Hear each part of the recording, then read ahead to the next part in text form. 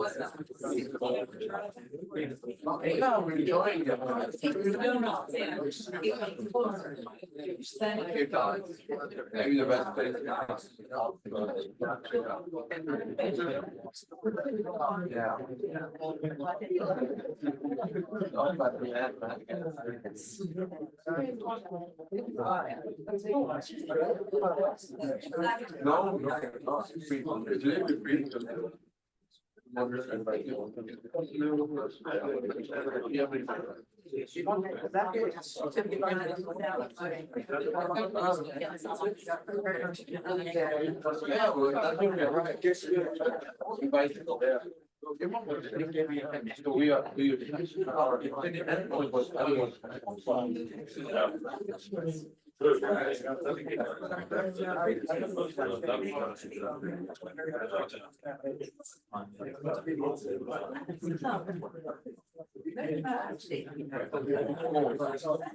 Okay.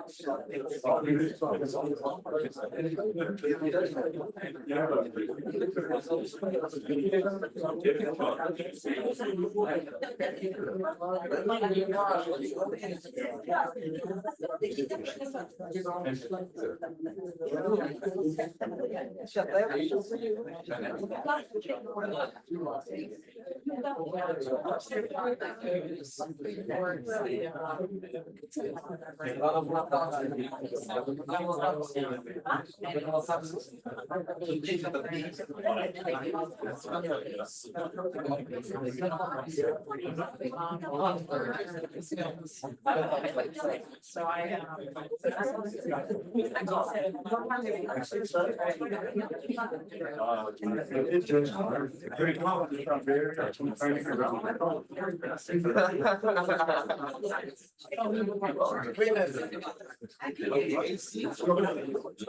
And also look at how it's go for it on.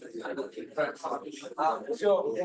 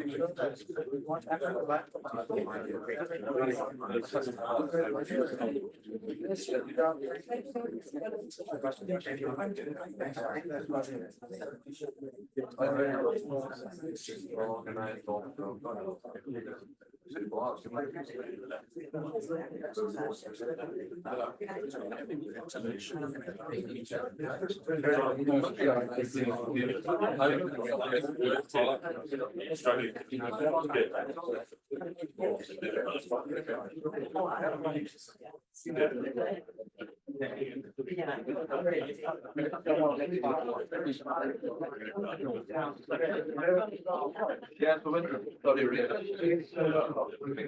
our route is like we were all straight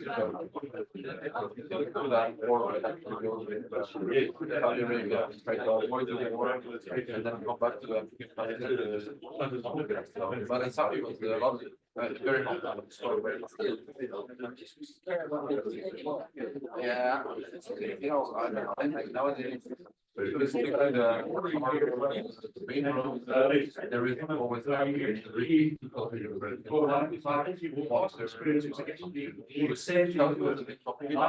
teenagers.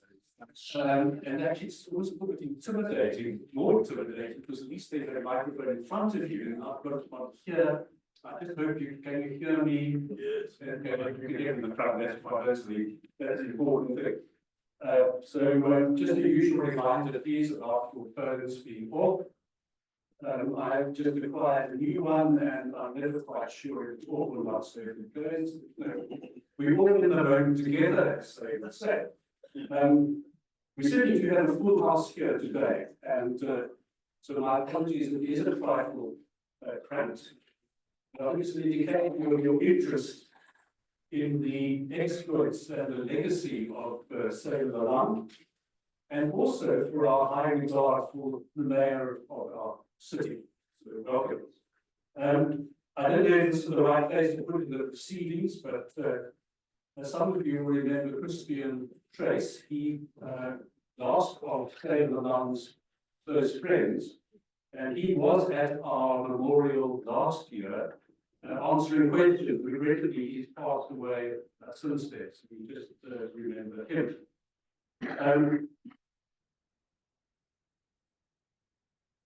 Oops.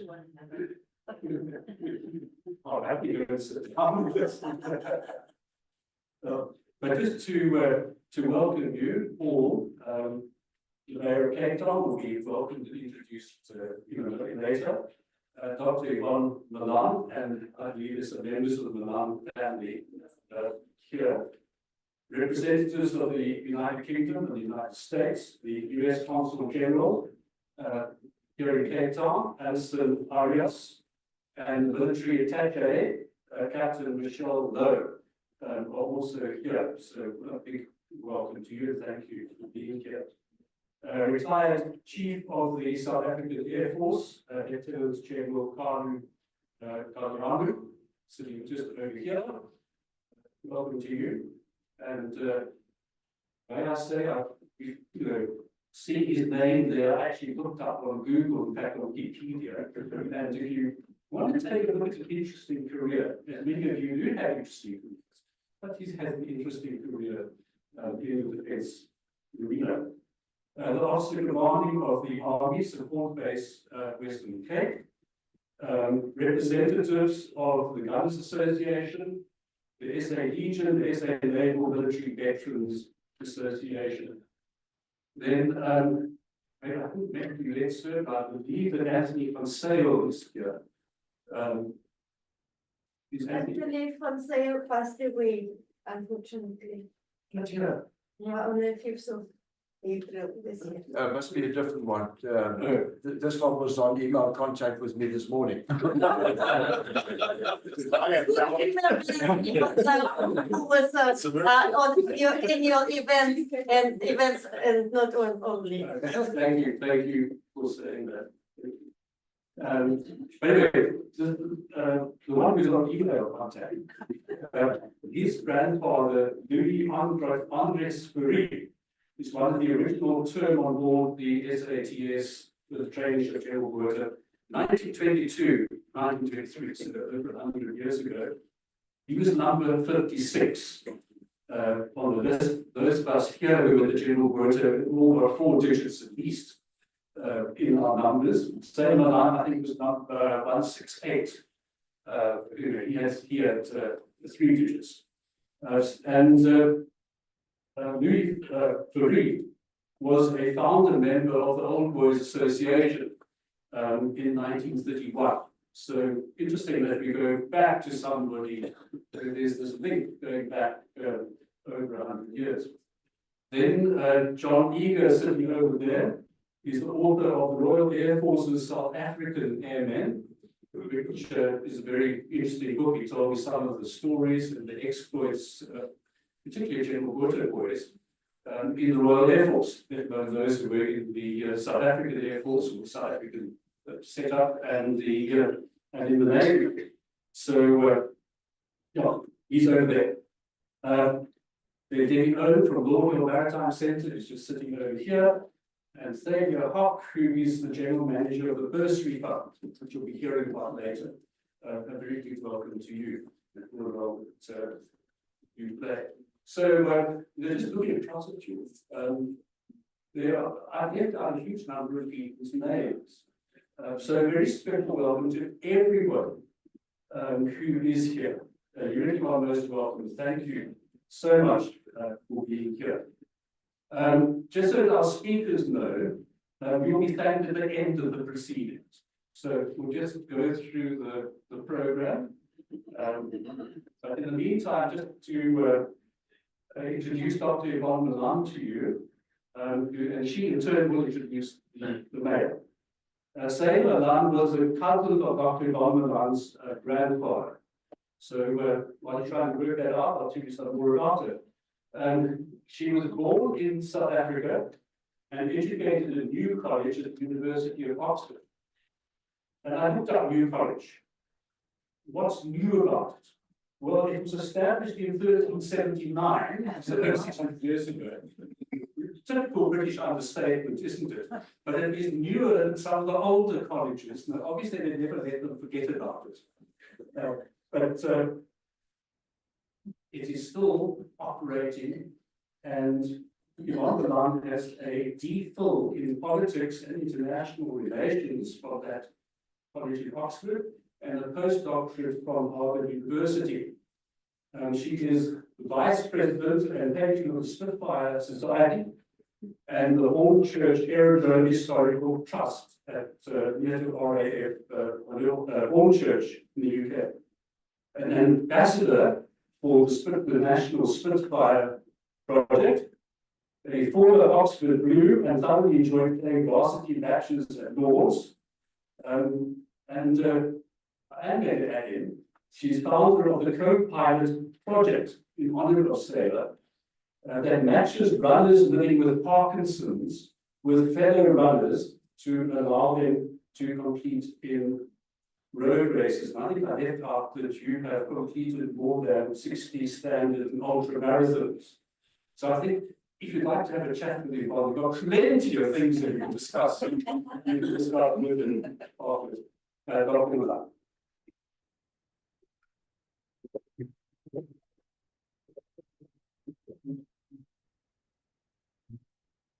Thank you and welcome to everyone. I want to extend a special welcome to the US Consul General Factor, as well as the US military attaché.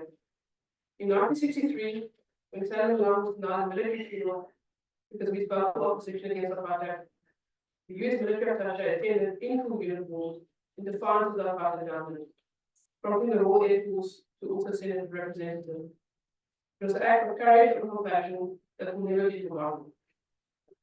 I'm also deeply grateful to the US Ambassador, Dr. Ruben and Captain Logan for attending last year's event in Kimberley. Before I introduce our speaker, I would like to pay tribute to Dr. Christian Price. He was the last of Sailor Malan's close friend and attended one of last year's events honoring him. Sadly, Christian passed away last month. His was a remarkable life, well lived, but it was an honor to know him. May his memory be a blessing. Today's event reflects the success of last year's events. None of it would be possible without our extraordinary group of people. To name a few of them, Dr. David Morris, Mr. Ned Swanepoel, Professor Andrew Crouch, Father Reginald Dew, Dr. Ruben Rickety, Mr. Nicky Offman, Mr. Nolan van Logan, Mr. Richard Harding, and the WWII family. My special thanks to the General Worker Employees Association and Captain Nicholas in particular. Your motto is honor and duty, and you, without a doubt, live up to it. It's very privileged to get today. Our speaker today is the executive mayor of Cape Town, Mr. Jordan Lewis. As most of you are aware, last year, 60 years after his death, Sailor Malan was finally honored in the country's turn. It's a spaceless city of Cape Town and the leadership of the mayor. Mr. Lewis was educated at the University of Cape Town and London University. He holds a master's degree in finance. He's been active in politics for most of his life. He served as chief of staff in the office of the Premier of the Western Cape. In 2011, at the age of 24, he became the youngest member of Parliament. And on 18 November 2021, he was inaugurated as the mayor of Cape Town, the youngest person ever to hold this position. Those of us who are fortunate enough to live in Cape Town know that he's an exceptional man and leader. He's not a politician, but a statesman.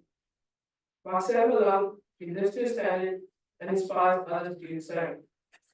It is an even profound honor that he will deliver the second Sailor Malan memorial lecture.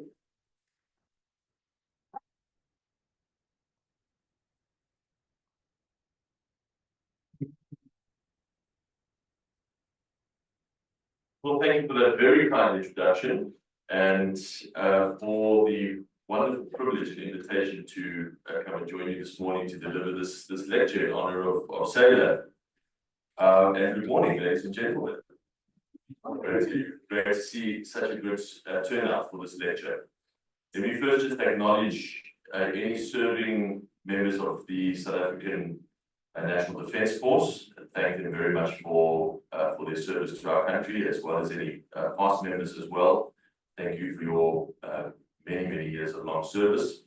Privilege also to have representatives of foreign governments here to meet the new US Consul General for the first time, who's relatively new to our city, and a very warm welcome to Cape Town, madam. So and also I see my friend Alderman, Stuart Pringle, at the back end. Alderman Pringle is a colleague of mine in the city of Cape Town.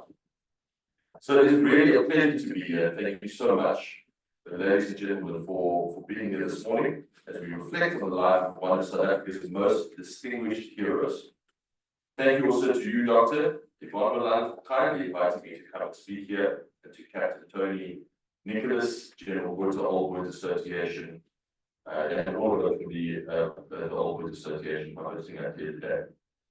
To those who have travelled to be here, welcome to Cape Town, and to Cape Town's wonderful Royal Cape Opera, a place steeped in history and very much part of the maritime fabric of our city. I want to say a little bit about how I came to learn about Sailor Malan.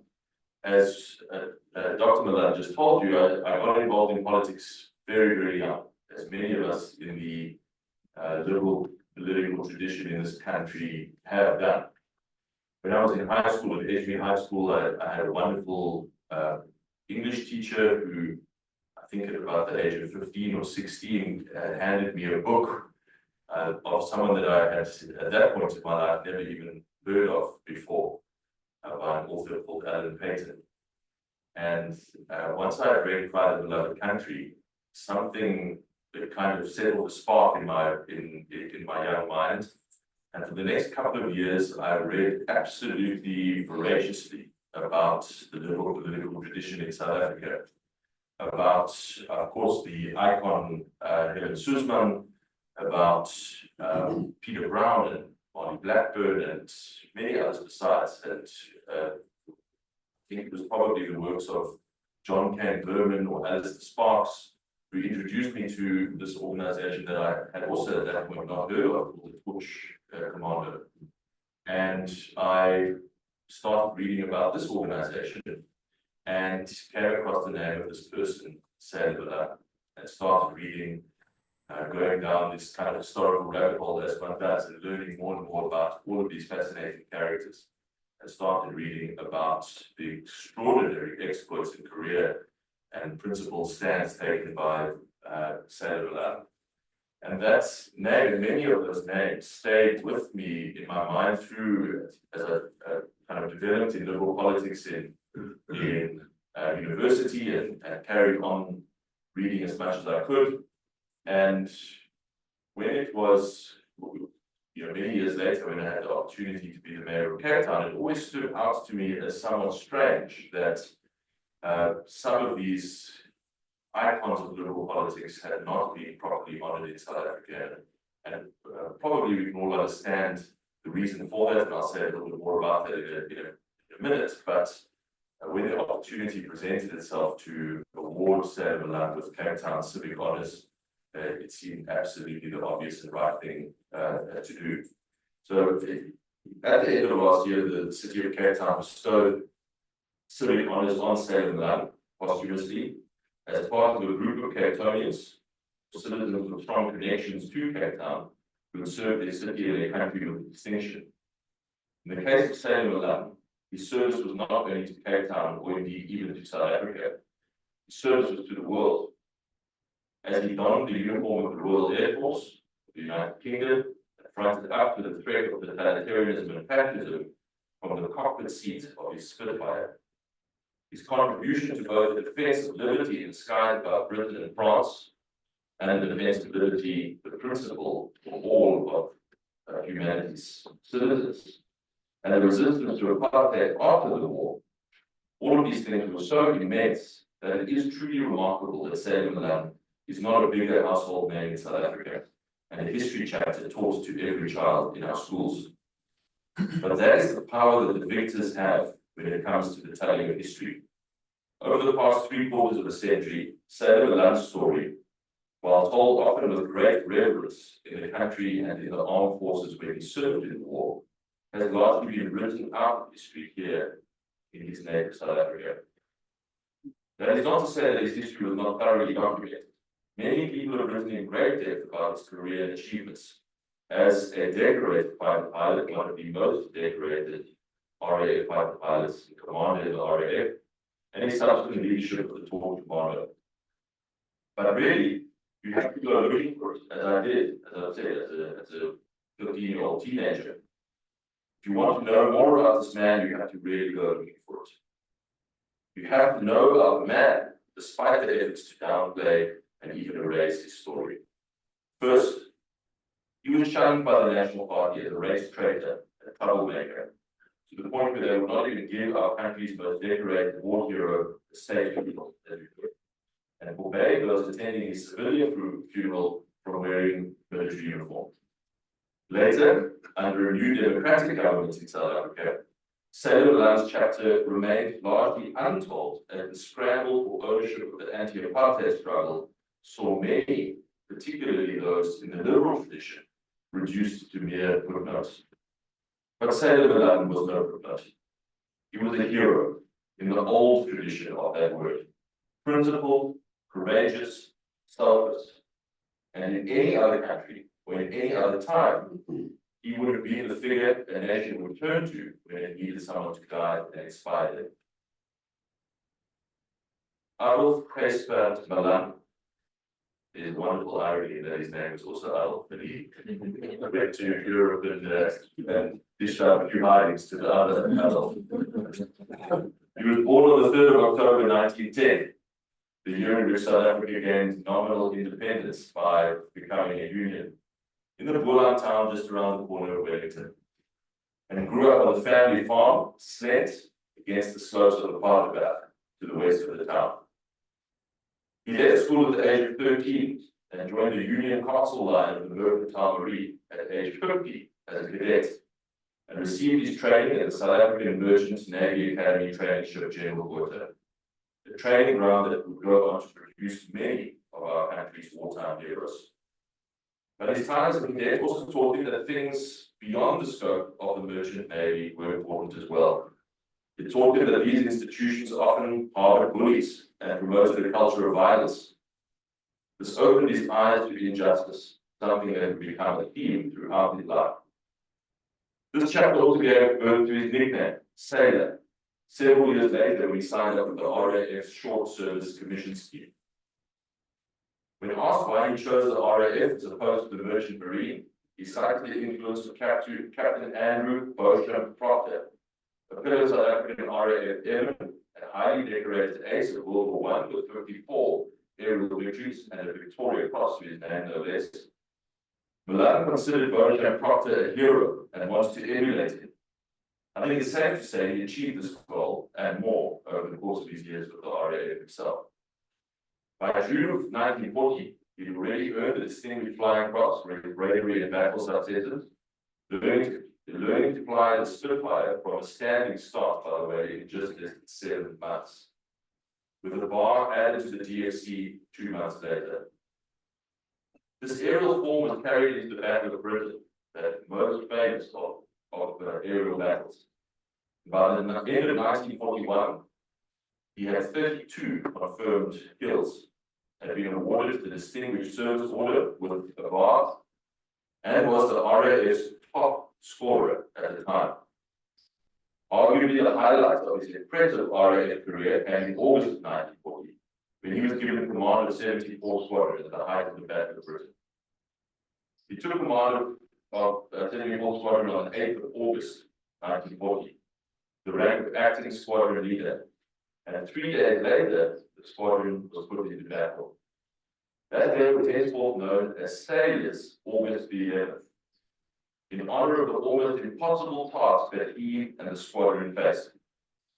Under Malan's command, 74 Squadron would engage in 4 separate air battles in one day, taking off from their base in Manston in Kent, engaging German aircraft in the skies above Dover, Margate, and Clacton late in the day as they approached over the channel.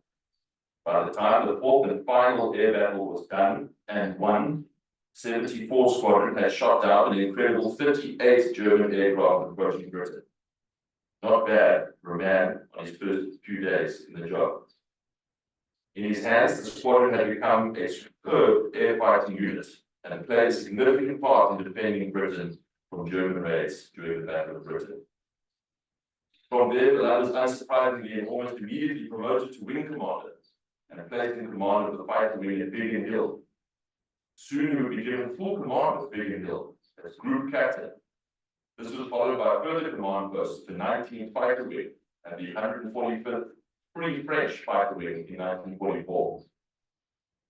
2 years later, after an incredible war, in 1946, he would retire from the RAF and return to South Africa as our country's most highly decorated war hero.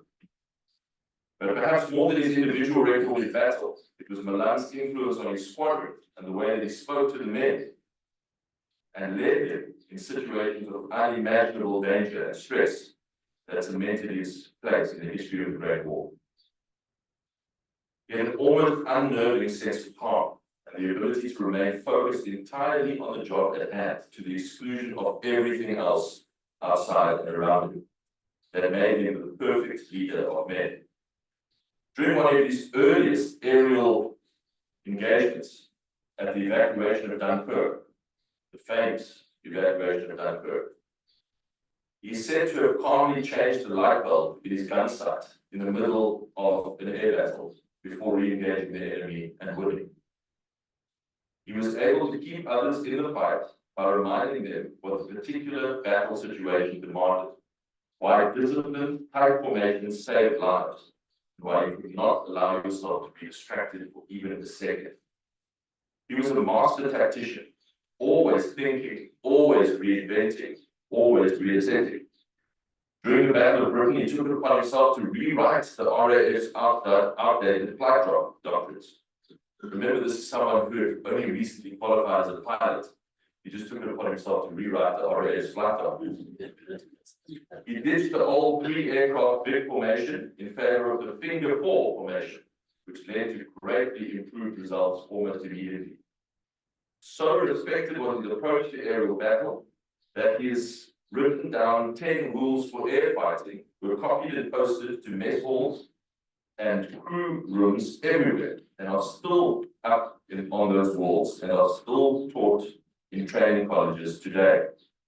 Certainly, any pilot who flew for the RAF in the early 40s and thereafter will be well acquainted with these 10 commandments of aerial battle. And I think I'm going to repeat them here, because listening to these specific do's and don'ts of air battle really makes those dogfights between the Spitfires and the German fighters and bombers come to life. And I must say, they also have some application in the more metaphorical sense, I hope, to politics today.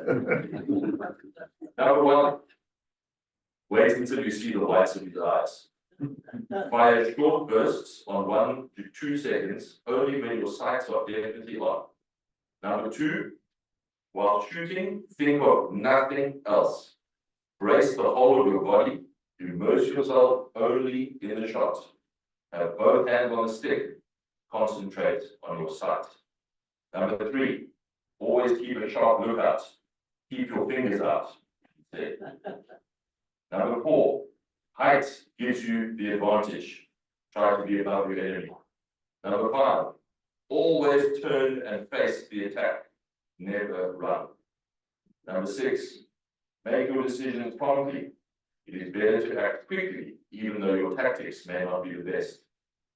Number seven, never fly straight and level for more than 30 seconds in combat. Number eight, when diving to attack, always leave a proportion of your formation above to act as a top guard.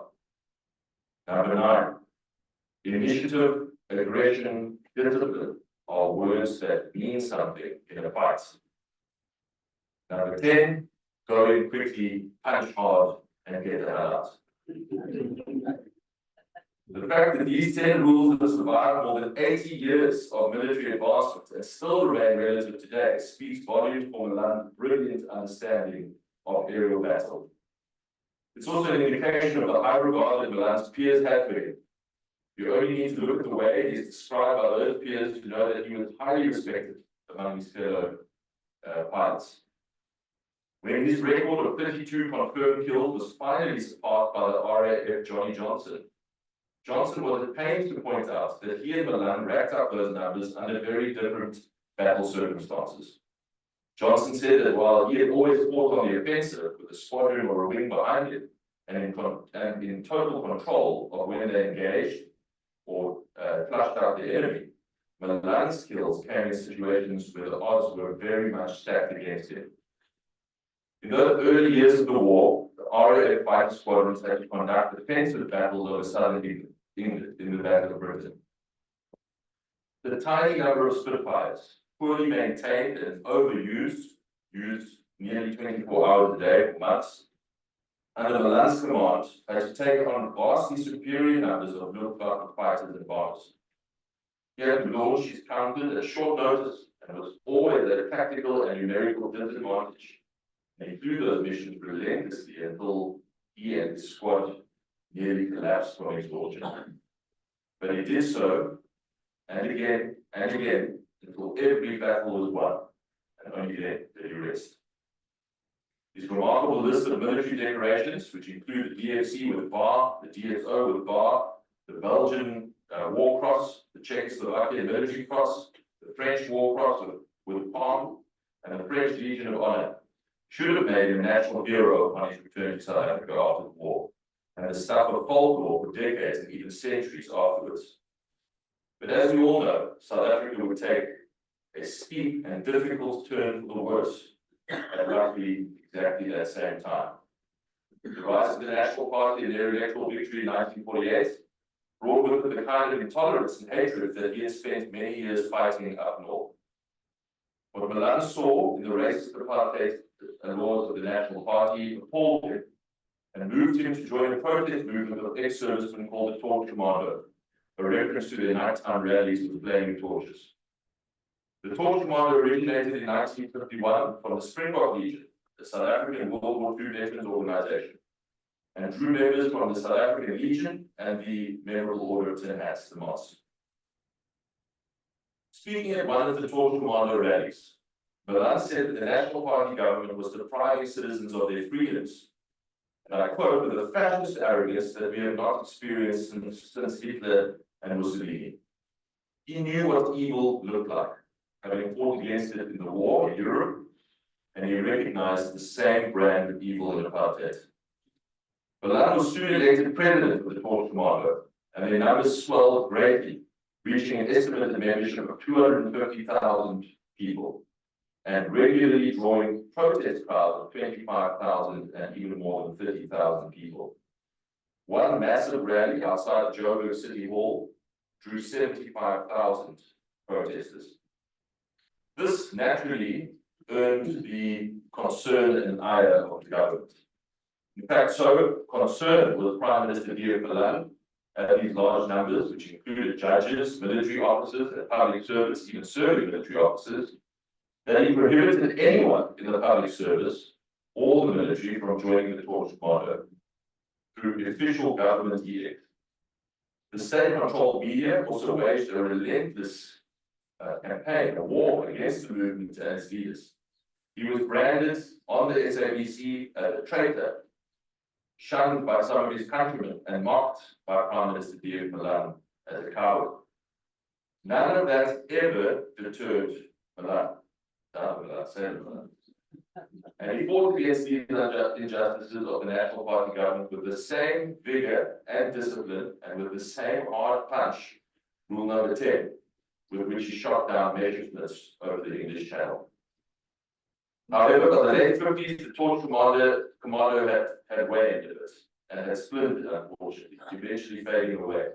Later, Kane Burger was to show how the splintering of the Torch Commando was a deliberate effort by the National Security Police.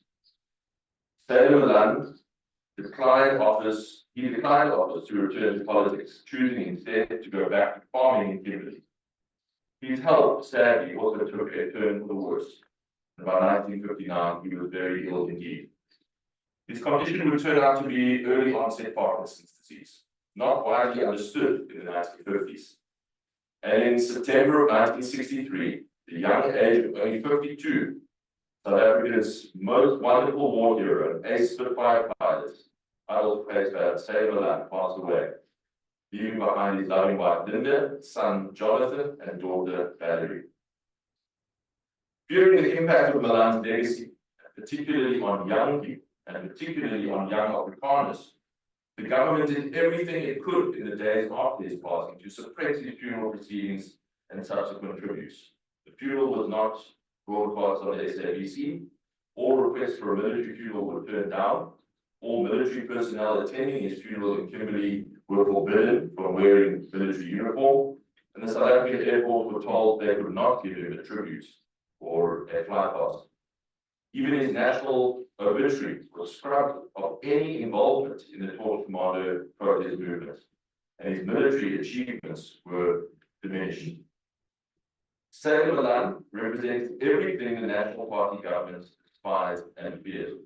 He was principled, non-racial, detested bullies and tyrants, actively organized and fought back against them, and in his own words, he feared no one.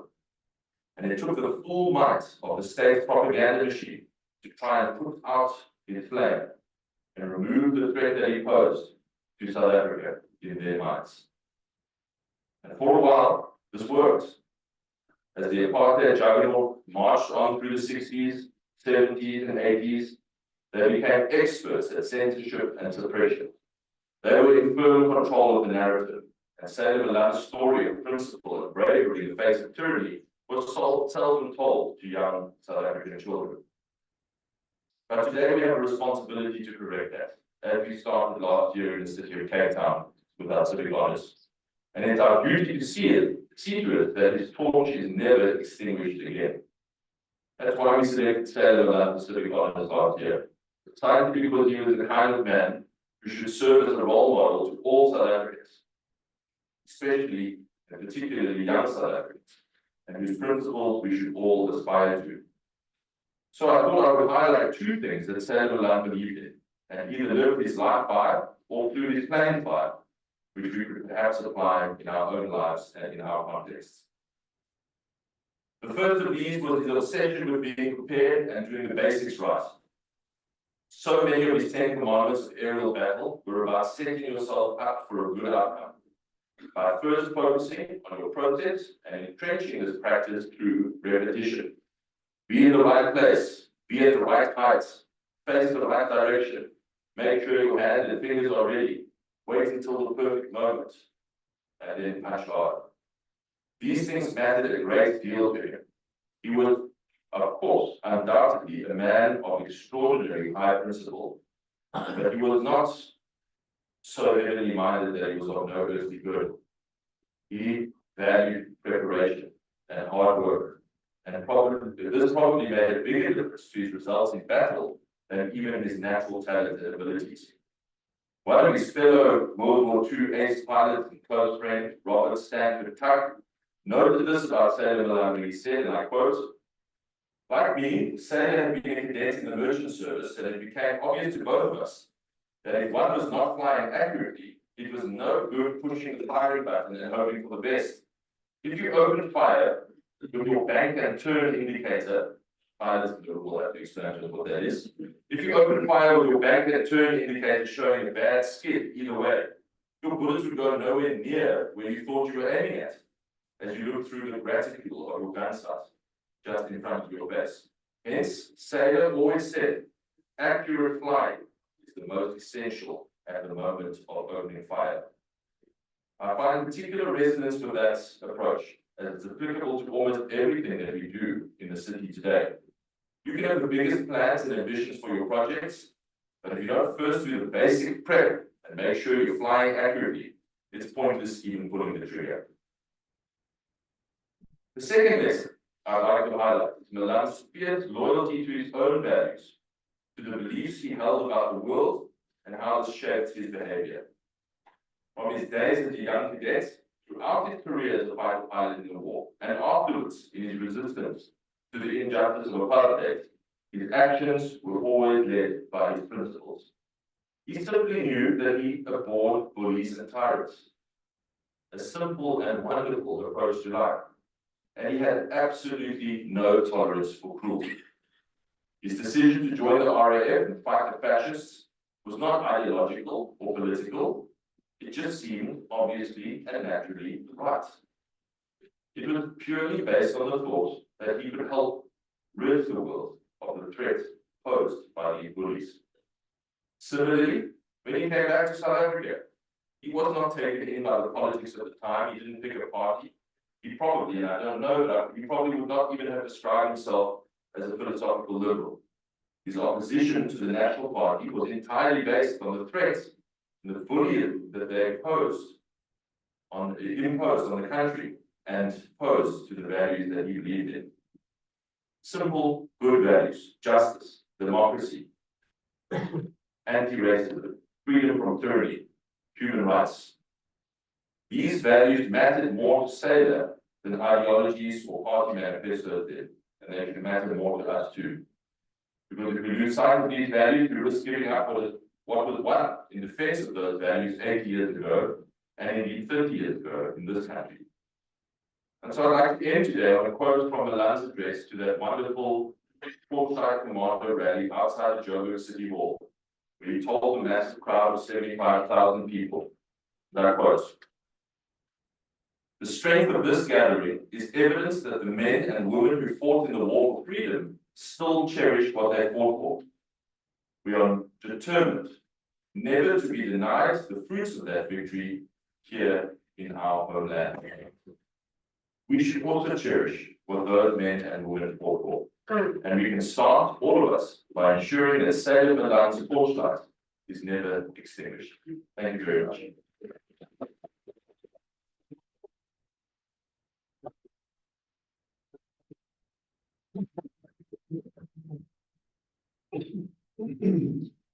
Thank you, Mr. Mayor, for the final speech.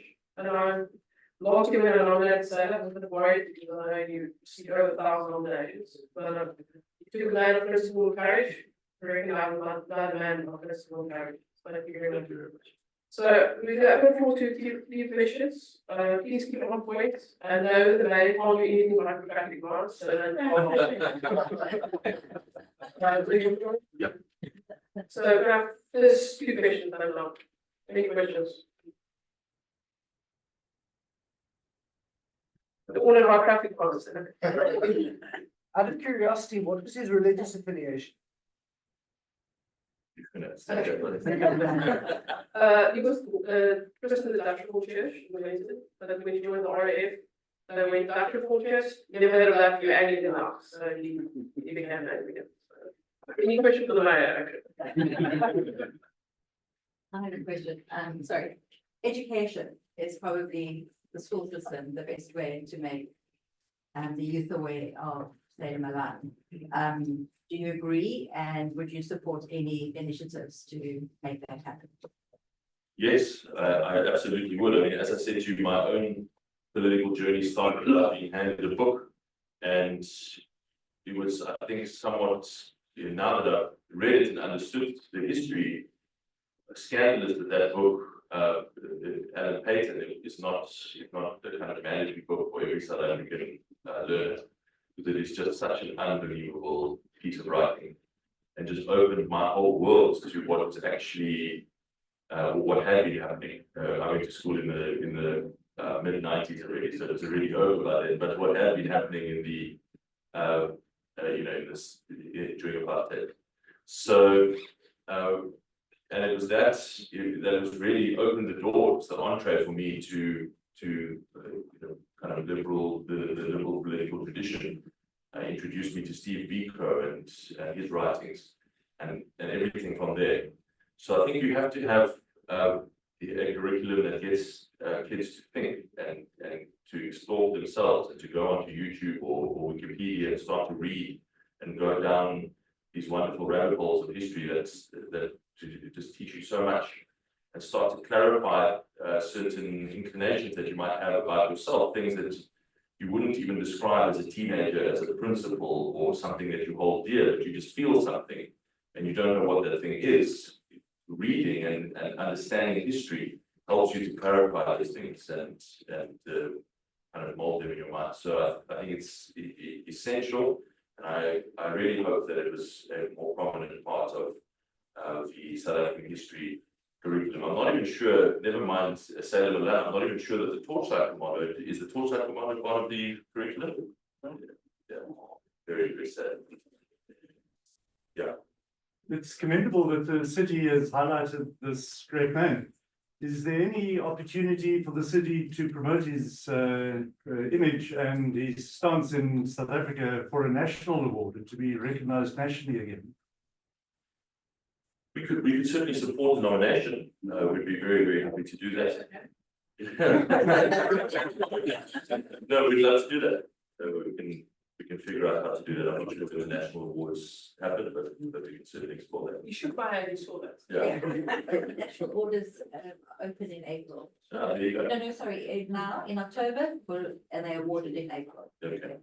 Our awards take somewhat longer, I'm afraid, because the scrolls are all done by hand by a single calligrapher.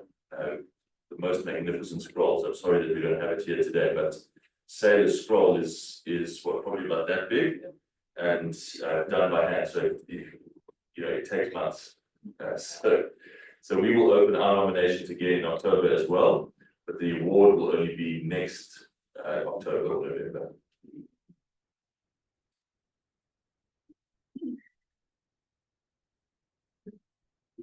Thank you so much. This is fabulous, and thank you for inviting me today, Captain Mo.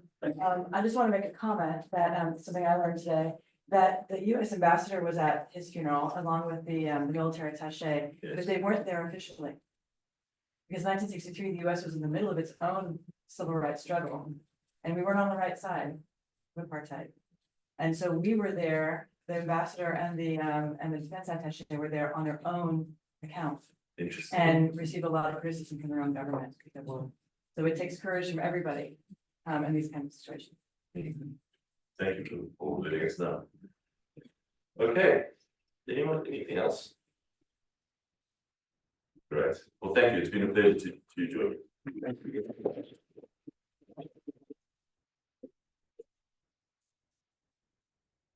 Just one last thing, for those of you who want to learn more about Sailor, on the 4th of October, which is the day of his birthday, there will be a podcast released, 6 episode podcast, interviews with family members, people who flew with them, close friends. Will be on all the podcast platforms. It's called Face the Attack, the 3 battles of Sailor Malan. We haven't get more interviews to add to the podcast, so General Javiano, I'm going to speak to you as well, as well as you listen. I'm going to do something one of the speech. Jazz, I can you. Jazz, I've got to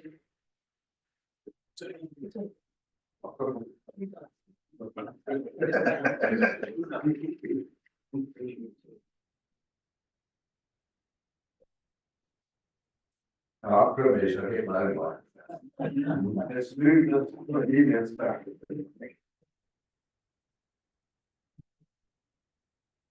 All right, it's easy. Okay, not going to keep you seated much longer because all your refreshments down are waiting for you. So please don't disappear. There will be some snacks as well coming up. I can't remember what time I ordered it forward, so don't disappear too early, otherwise I'm going to be left with a big tray. And I think, Mr. Mayor, you got a really likely there. They're quite low, you must have overwhelmed with some knowledge and some information. Anyway, I'm not an accomplished, I was going to say politician, but maybe that's being rude, but I need prompts and some pretty pictures to entertain you with. We are hosting today, for the kind invitation of Dr. Yvonne Malan. And for us, it's all about supporting our bursary fund. And let me tell you a little bit about that and how it splices together. So.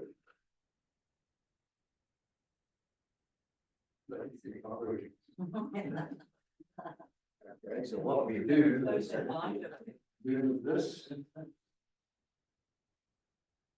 There's the land is what's in. There you go.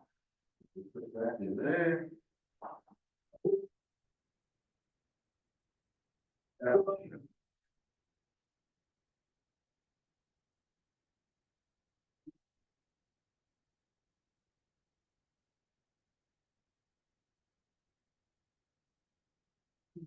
No, You want me to manually do it? never mind. Stand the hand. No.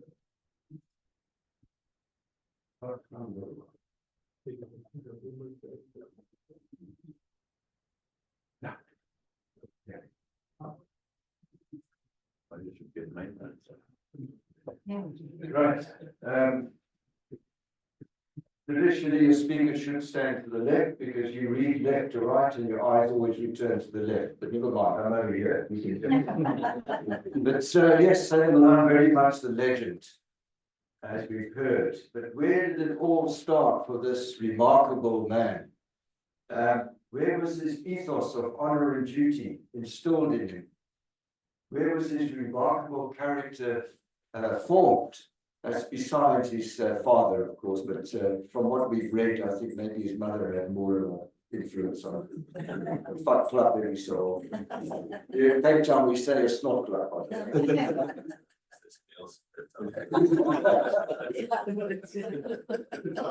It started here, there at the bottom right-hand side, SATS General Bertha. It stands for South African Training Ship General Bertha.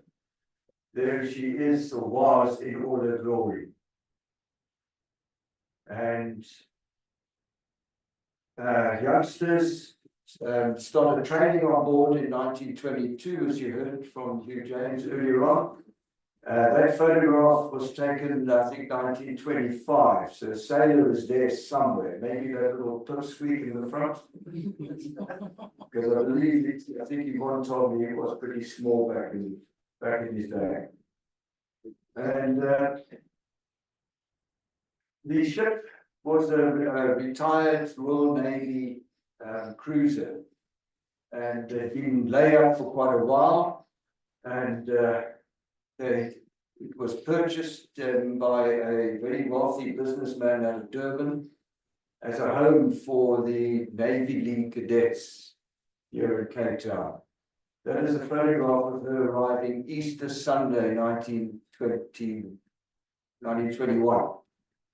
And if you look carefully down there, down aft, you can also see the captain's daughter there. She actually did the voyage, her and her mother did the voyage down, and they had an horrendous voyage out of Plymouth, England. They actually had to turn back. And the captain's quarters was in the stern, down here. That got washed out, and his wife and family lost all their possessions. When they got back to Plymouth, she had to go ashore in a dressing gown and barefoot, I think, to go and buy some clothes and so on. So that's why she's looking so rather battered on arrival here. Obviously, some of the marks are just a very old photograph. And I do spell it out commonly as it says the SATS, but these days there's so many people that actually don't know what it means. SAS, South African ship, all our Navy is SAS, and so on. So South African Training Ship General Bertha is very, very dear to us. And Sailor Malan joined her at age 13, straight from the farm down to Simonstown, walked on board. Again, one of the little photographs I've got somewhere you can actually see. It was quite a nipper back then. And he completed his term in December 1925 because it was a two-year term or two-year course. But because he was underage, he couldn't go to sea. You had to be 15 and a half to be able to be legally employed on a ship at sea. So he came back to the General Botha for another 6 months and left in the middle of the year when he was a few months short of his 16th birthday. There was quite a number. As I mentioned, that ship was purchased by TBF Davis, a very wealthy Durban-based businessman. There was also, if you look up on him on Google or wherever, Wikipedia, he was a very, very interesting person. A remarkable career himself, including being shipwrecked, and he arrived back at home eventually, which was the Channel Islands, and walked into the church to his own memorial service. They thought he was lost at sea. Sailor Malan, of course, like today, bursaries were needed to send these kids on the 2-year training course and so on. And Sailor Malan, interestingly enough, you see the bottom left, TBF Davis sponsored his bursary, the guy that actually bought the ship and donated it to South Africa as a training institution. Now, I couldn't avoid adding another one in. There was many, many municipalities around South Africa that sponsored bursaries for these kids to attend. And there you can see that the municipality of Cape Town sponsored various youngsters on board the ship. So just a little polite nudge there. We would like the town bursary. You got the message before I even said that. During the war, the World War II, as you heard all about Sailor Malan, our ship, of course, was moored just off Simonstown Jetty, just below Jubilee Square. And so during the Second World War, at one point, they became very concerned about enemy submarines coming around the coast. In fact, I forget which specific years of the war now, but there was a lot of German U-boat activity around the South African coast, an awful lot. There were some Japanese as well, but I think they were further up north in the Mozambique Channel area. Anyway, so during the war, they took all the cadets off, 1942, I think it was, and took them up to Red Hill, that's above Simonstown, behind just Eustace's grave up there. And they converted a sports facility, not very comfortable and so on, but anyway, that's where they spent the war years. And in 1948, they took over the crash boat, the Air Force crash boat base in Gordons Bay, and renamed it the African Nautical College in Gordons Bay. So at last they had their own premises. And in fact, all the new buildings that were built after they moved in, every single air brick in all those buildings has GB in the center of it, especially cast with that. So it's ours, not the Navy's. Those of you who can do the math will know that it was our centenary quite recently. So when I put this slide in, it was last year, so our centenary was quite recent, but there are some copies of the book at the back there if you have any spare cash, because I'm a little bit too old to carry all these books around to all the activities. Anyway, but what comes next? What is the legacy of our traineeship and those that trained in her? How's that legacy going to survive one day? How's Sailor Malan's legacy going to survive one day? In our book that I've just featured, there's a chapter called Beyond the Horizon. And going back some years, in 2011, a whole group of us had a reunion. There was cadets that were on the ship from 60 years ago.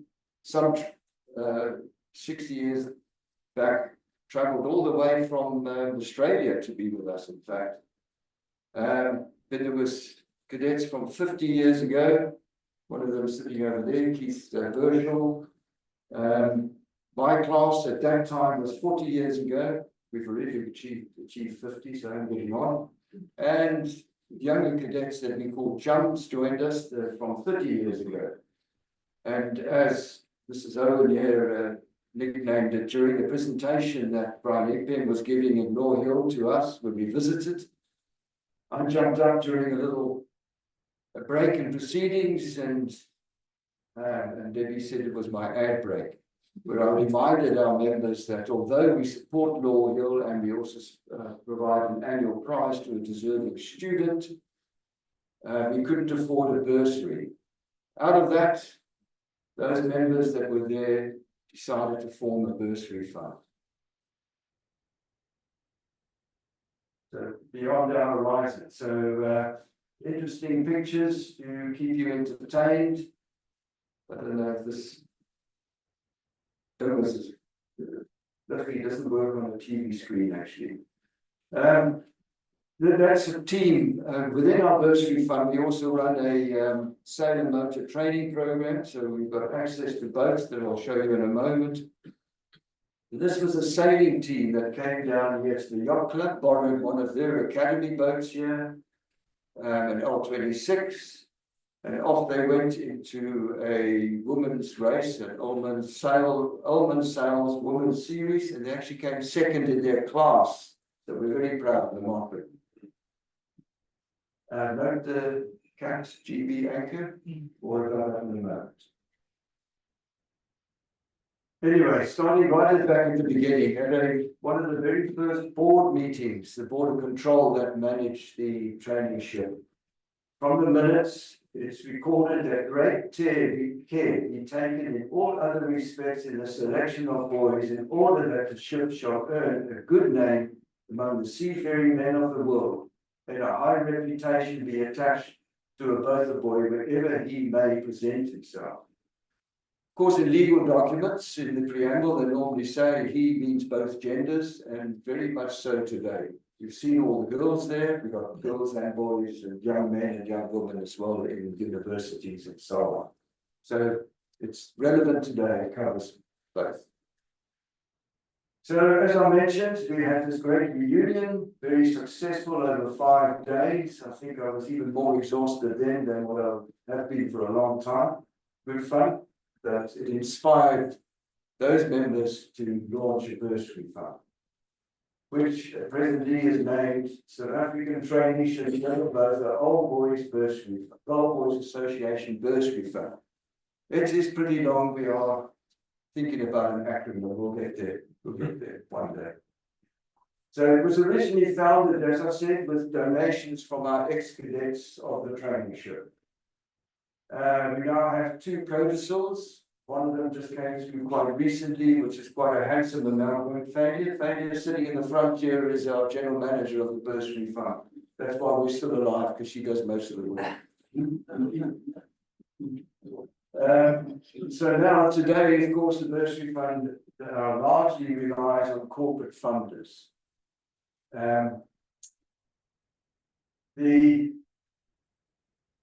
So where do we train them? That's, I'm sure everybody, maybe not the visitors from Switzerland, is it? And so on, we won't recognize that, but that's Roman Rock, just off Simon's Sound. It's a fair distance in a small boat. Not too far, but it's enough, especially if the wind is howling up there. So these youngsters, we start them off. In fact, we launched our bursary fund by just supporting kids at Law Hill Maritime Centre. This is Owen sitting here as head of department there. Loyal supporter of us, but mind you, we do pay for a lot of bursaries. So those kids are doing 3 maritime courses as part of their school curriculum. It is recognised by the National Department of Education, right? So grades 10, 11 and 12. They do nautical science, which is sort of chart work, plotting your courses and finding your way around the oceans and so on. Maritime economics, which is more about the commercial side, the bill of ladings and things like that. And marine sciences, something that was started by the aquarium. So you can imagine what that's all about, little fishy things. From there, for tertiary, we have used Santra down in Simonstown. They've got an excellent course running there for what we call Officer of the Watch. That qualifies them to go to sea as a navigating officer or cadet. Cape Peninsula University down here. Presently we have 3, is that right, Dennis? 3 kids? 3? Down there at the moment. 2 of them are studying engineering, so we're not biased, by the way. Oil and water does mix. And we've just recently selected 2 for DUT up in Durban as well. Are they doing engineering or navigating? Yes.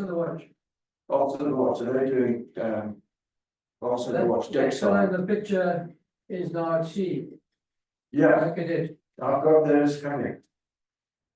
So part of our success, we believe, is mentoring these kids. We don't, as Mrs. Owen well knows, we don't just give money, because the money is hard to come by. We've got to go and check that she's spending it right. So that was a joke. No, we certainly don't leave these kids out on their own and so on. We navigate their entire time with us. We take them on outings and so on, but it's more than that. It's really just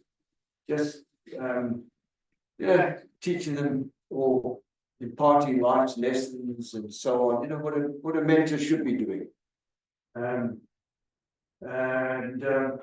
We're firm believers in it, and we believe that's what sets us apart from other sponsors and so on. So we're going to make sure that they are properly groomed for the industry they're going into. And so far, I must add that report back from some of the captains that these cadets have sailed with has been very, very positive. In fact, the one sent a report back saying, "Send me more of these." So when we get them in grade 10, you can imagine coming from the Eastern Cape or Welkom and places like that, or somewhere up in KZN, etc., etc. A lot of them are petrified of the water, they can't swim and so on. And the guy who's having hysterics there, that was his grade 10. And the other one was in grade 12 then, and a wonderful lad, and he was assisting with the training. We give them swimming lessons. If we're going to put them out on the water, they need to know how to put a life jacket on. Then with the NSRI, NSRI runs a PST course for us, personal survival techniques, which is online as well as practical. And at the end of the course, this is the end of the course for their qualifying, they are required to jump off that Simonstown pier. That is really quite an entertaining afternoon for us. The hysterics and whatever, you just can't imagine. And the boys are usually worse than the girls.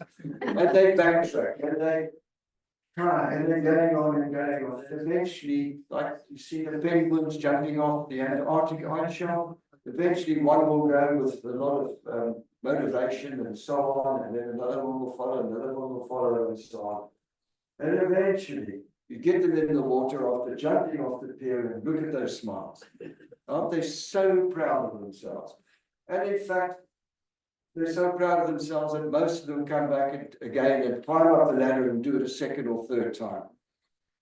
What they're doing there, by the way, just as a separate little anecdote, is the huddle. So if they ever get shipwrecked, they are taught to go into huddle and stay together. Also for warmth, but also to help rescue services find them, etc., etc. A few years ago, with the NSRI, we took a group of them up to St. Helena, up here on the west coast, for training. And one night, the trainer had a bee in his bonnet, the NSRI trainer, and we took them out on the boats into the middle of the bay, pitch dark, and made them all jump off into the water, and then he motored away. And it was mist as well, so they couldn't see the boat, they didn't know where he went, etc. He left them for, I can't remember how long, maybe 15 minutes, or maybe hopefully longer, I forget. And when he motored back very, very quietly, he heard singing going on. And he found them in their huddle like that, doing all the right things, and they were singing "Staying Alive."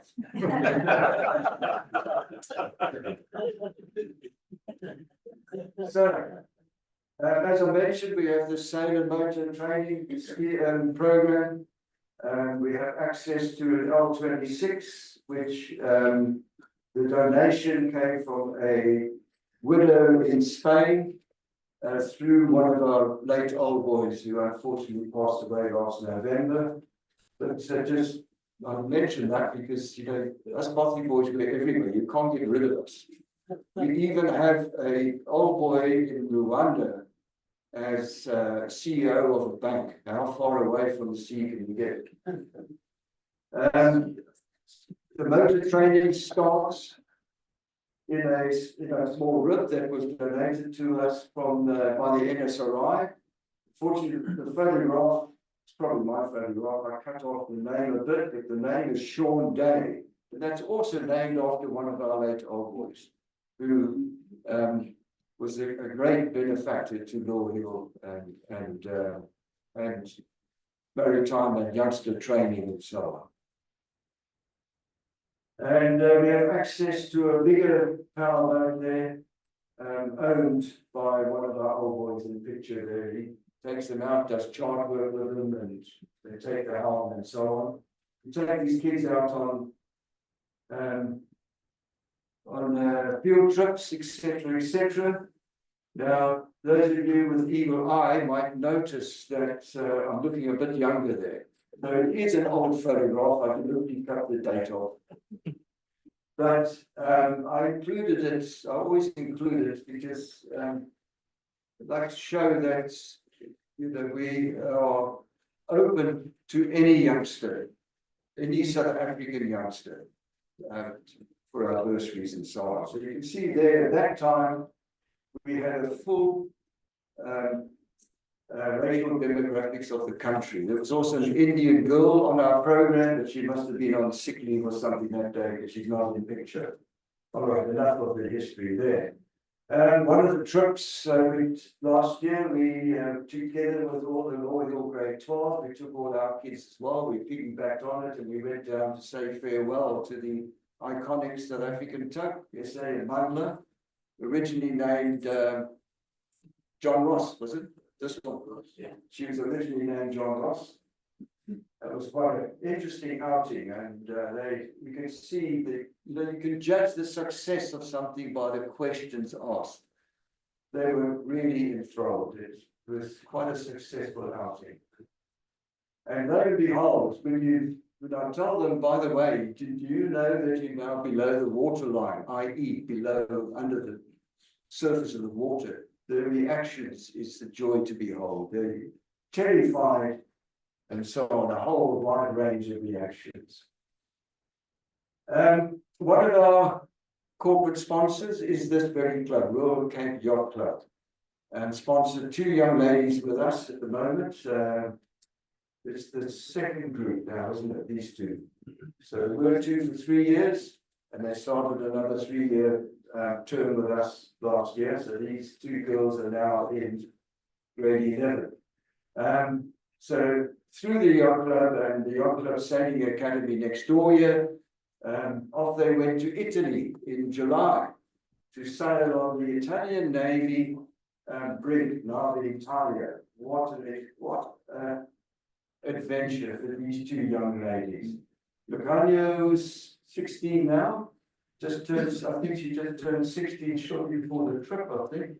And there she is with her first ever passport, just got back from Home Affairs. As proud as punch as you can see.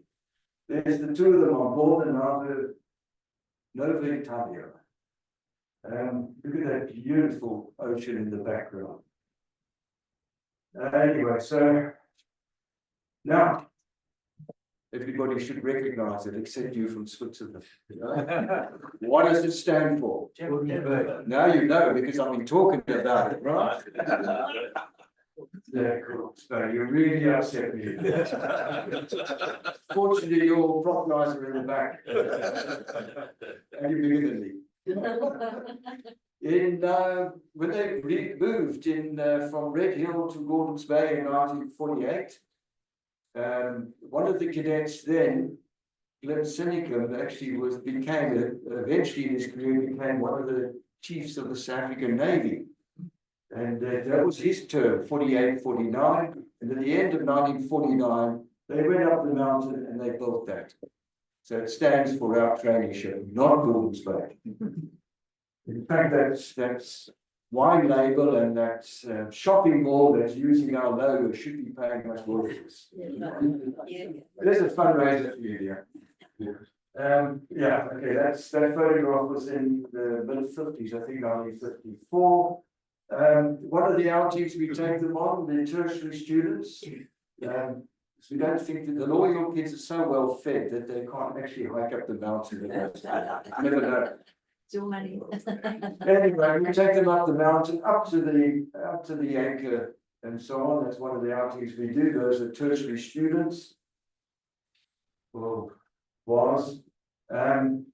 Last year, these three, they graduated 2022, right, from Law as grade 12. Last year, they went for Officer of the Watch training at Santra in Simonstown.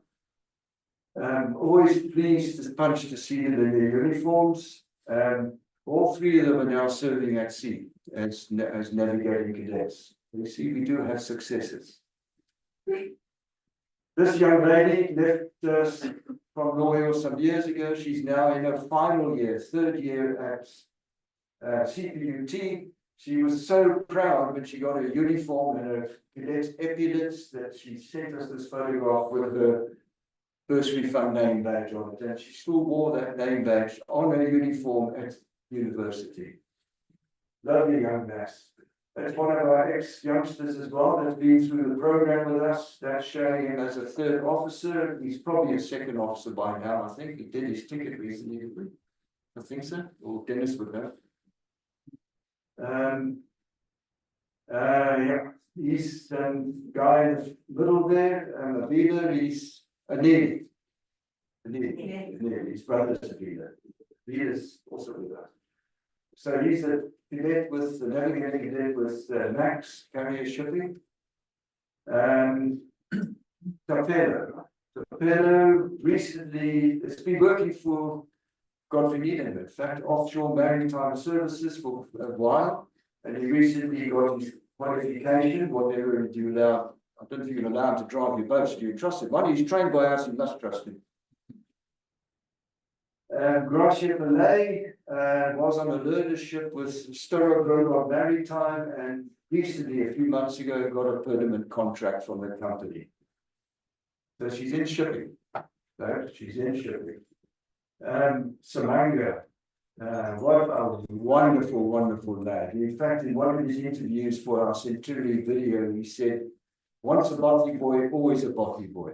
So they relate to us because we train them. Some accolades have come back, I think mostly from Benelisi or whoever. Hard work pays off. Who would have thought that someday you'd meet young officers from Malawi and other townships, men that take pride in their work and serve with pride. I remember this on the days when this was all a dream, but it's now reality. I don't know where many of us would be without the SATS General Bertha Old Boys Association. That actually was Benelisi who made that statement. You are the change we need in this country. I think that was Benelisi as well. Serve on board ships to be seafarers. So that legacy keeps on moving forward through us, and this is in our duty to take on the legacy forward.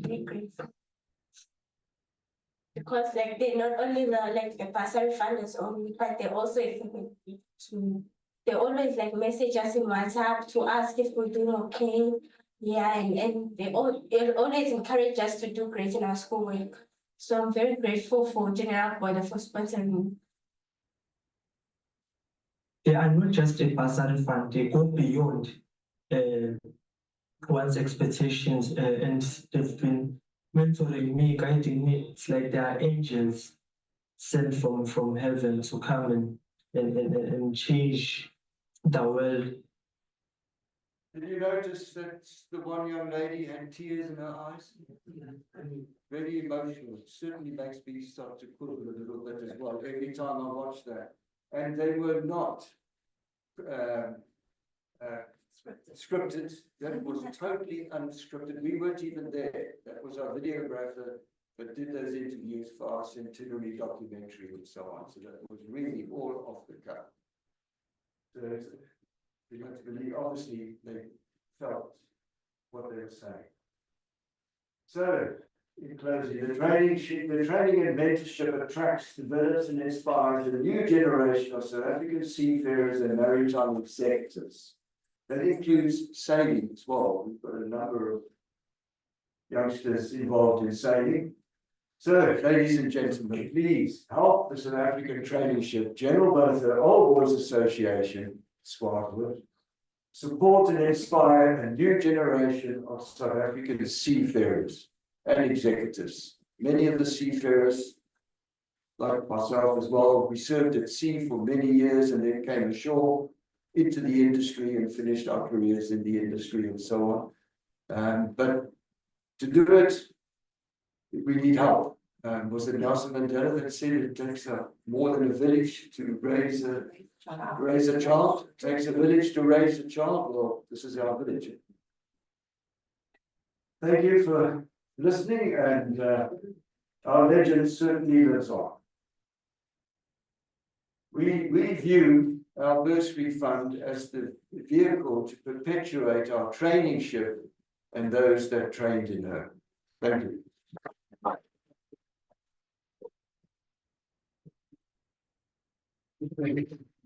It's working. I think the program, I've got closing remarks and appreciation. The appreciation looks pretty easy.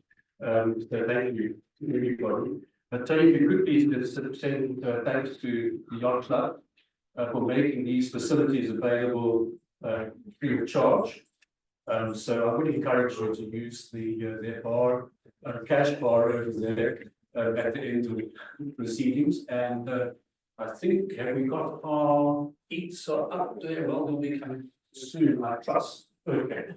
The Yacht Club also has a sailing academy for youngsters of disadvantaged backgrounds, and is, I think, pretty well, a lot of youngsters go over it, and in fact are doing very well.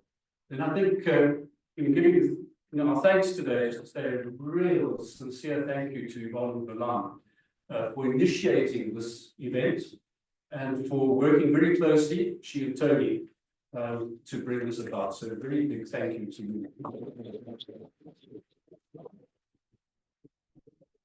And then to Tony Nicholas, you can see well, you've just seen how passionate he is about the bursary fund. And I can assure you, his being on the board and things like that, you would have picked up the practical application of what he's doing. This, if a child's sort of worried, they'll phone Thalia or they'll get hold of Tony. That we have a regular feedback session with them. They write their exams, reports come out, and then people go out there and actually interview the children. And it's actually fascinating because they enjoy being interviewed about the report. This is really a change since I was in education. But thank you, Tony, for all that you've done. And in thanking the mayor, I am going to digress a little, but I do have a reason for doing so. I had the privilege of visiting the RAF Control Centre for Southern England during the time, which was during the time of war, which was many, many years after I visited it. It was a reinforced concrete bunker way down in the ground in the town of Uxbridge, which is on the outskirts of London. Famous possibly to some of you as being the constituency of a certain Boris Johnson, I must say. But as a visitor, you go down this long, long flight of stairs. So I don't know if there was a lift in the place, but certainly we were forced to go down the stairs to the main feature, which is a control room. And in this control room, which you look across this huge, vast, horizontal map of southern England, the Channel, and northern Europe. And in the day, the air personnel would have steps, and they would be pushing little wooden blocks across, showing which aircraft or who's coming across over the channel from Europe, and where the RAF was going to be. But of particular interest to me, because we talked about the four aircraft, Sailor Malan's idea. If you looked at the wall on the other side, there was this, every squadron was represented there. Every flight of aircraft in the squadron was there, and every plane. And they had three levels of preparedness, basically not prepared. Second one was, it was, in reserve. And the third was, it could be scrambled. So they could tell for every, you just had to look. For every squadron, you could see how many aircraft were available at any particular time. But the point what I wanted to make, and I don't know whether the mayor will, well, I hope that you'll understand why I'm saying this. It depended on radar operators on the coast and observers, visual observers, who were actually sending in all the information, which in our South African circumstances will find the novel now by landline to the headquarters, which was then filtered and then sent through to this bunker. And from this, they were putting down all the information so that the controllers would actually send up the aircraft only when they were needed. So they weren't having to patrol and burn up fuel. They sent them up, say, altitude. They were at the right altitude, fueled up. And for a moment, I had a twinge of sympathy for the enemy coming across, because they had been guided to be in the right place at the right time to be able to defend the country with a few. But it was hundreds of observers and radar operators. It was thousands of ground crew got the few up in the air. And this reminds me of what you're doing. You are heading up this incredible enterprise, endeavor here in Cape Town, where there are thousands of people who are actually assisting the whole setup of providing the services for this city to run well, with all of its challenges, and you're leading it. And I just want to say thank you for what you do.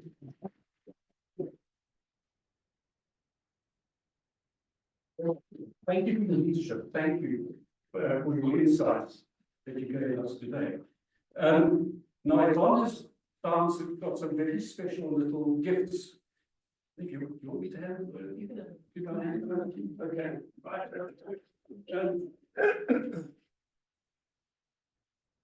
Well, this is one to use there. This comes from the farm where Sailor Malan grew up. Oh, wow. So it really is a significant bottle of wine. And then this one's got some chocolates to the family. And it's even something for your dog. So, That's very kind. Thank you so much. Thank you. I don't know where your PA is. If your PA is, Oh, okay. but that's what. Oh, she will be much obliged. Thank you. Thank you. Oh, yes, there's even more coming. Ah. And that is, you've heard about the legend. Well, the establishment might not be there of General Water Old Boys, but you've seen the way that the legend lives on. Thank you. That's beautiful.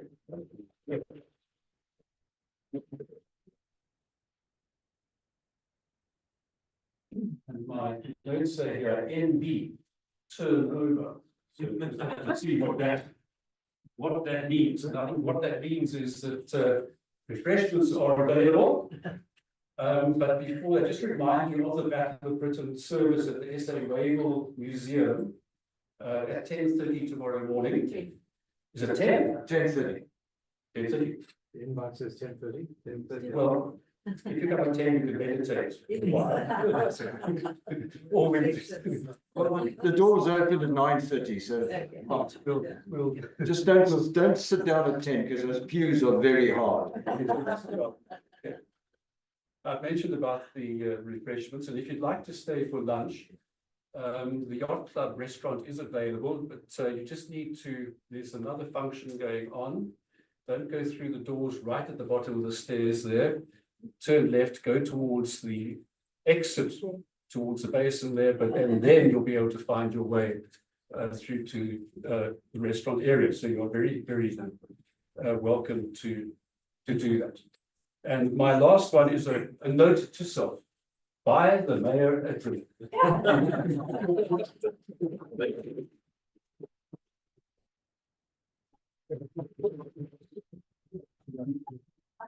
Thank you.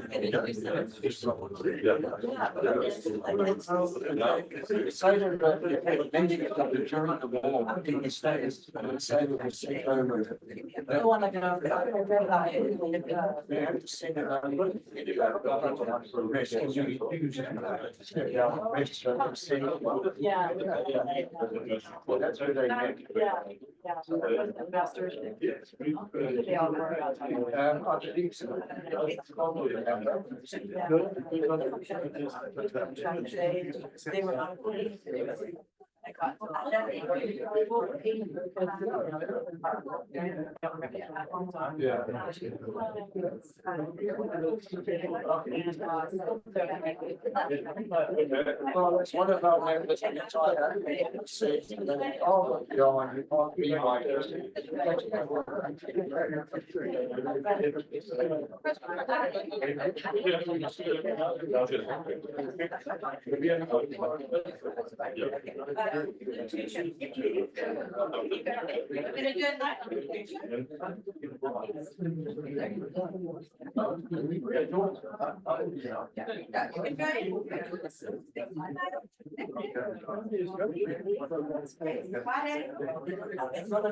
Bring the H profile out. Okay,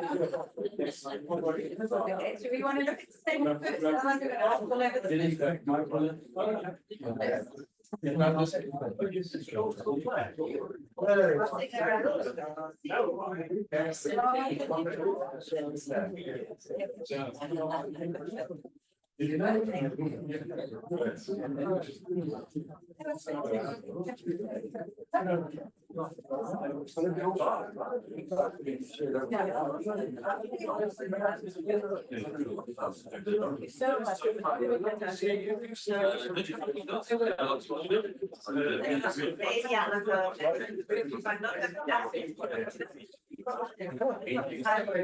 Let's stay on a good side. She doesn't want to do.